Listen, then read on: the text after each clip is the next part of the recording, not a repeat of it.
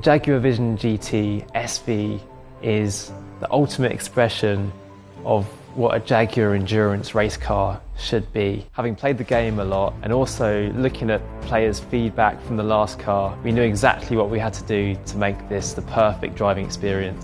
The GT SV is the second design we've done for the Gran Turismo game.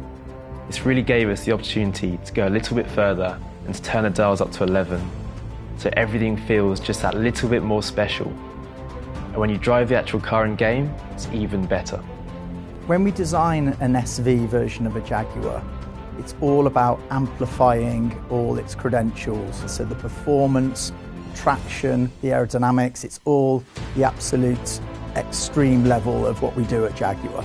We once again took inspiration from our rich racing heritage, cars such as the XJR14, that race Le Mans and other famous races. Working on a car that is now in a video game and contributing to sort of a contemporary pop culture icon is a fantastic experience. For many designers, it's once in a lifetime really, so I'm really fiercely proud. I was heavily influenced by the racing C&D types of the 50s. The way all those controls are just exposed and how everything is exactly where you need it to be when you're driving.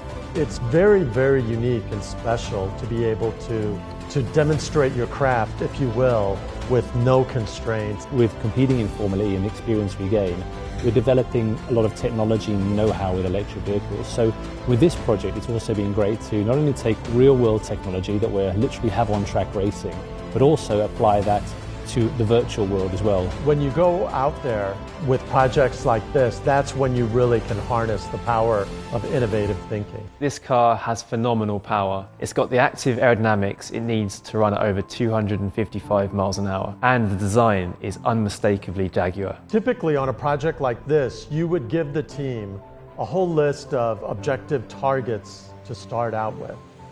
This isn't that kind of a project. This is more, I don't want to give you a target because I want you to beat any target that I could give you. We had an amazing modelling team working on this car and see this car evolve from this welded chassis to this massive milled piece of foam and then to the final details and eventually to paint when it really came to life. We knew the car was dramatic and extreme in its proportions, but nothing quite set me up or the team up for when you first saw that full-size model.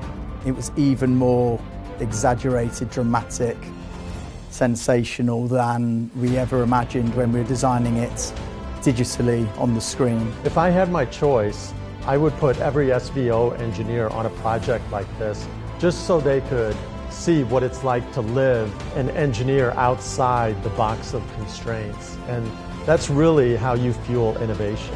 It's allowed us to think and take all our experiences of racing around the world in the heart of these world's fantastic city centres. We can think outside of the box and really apply on that know-how to create the ultimate electric racing car.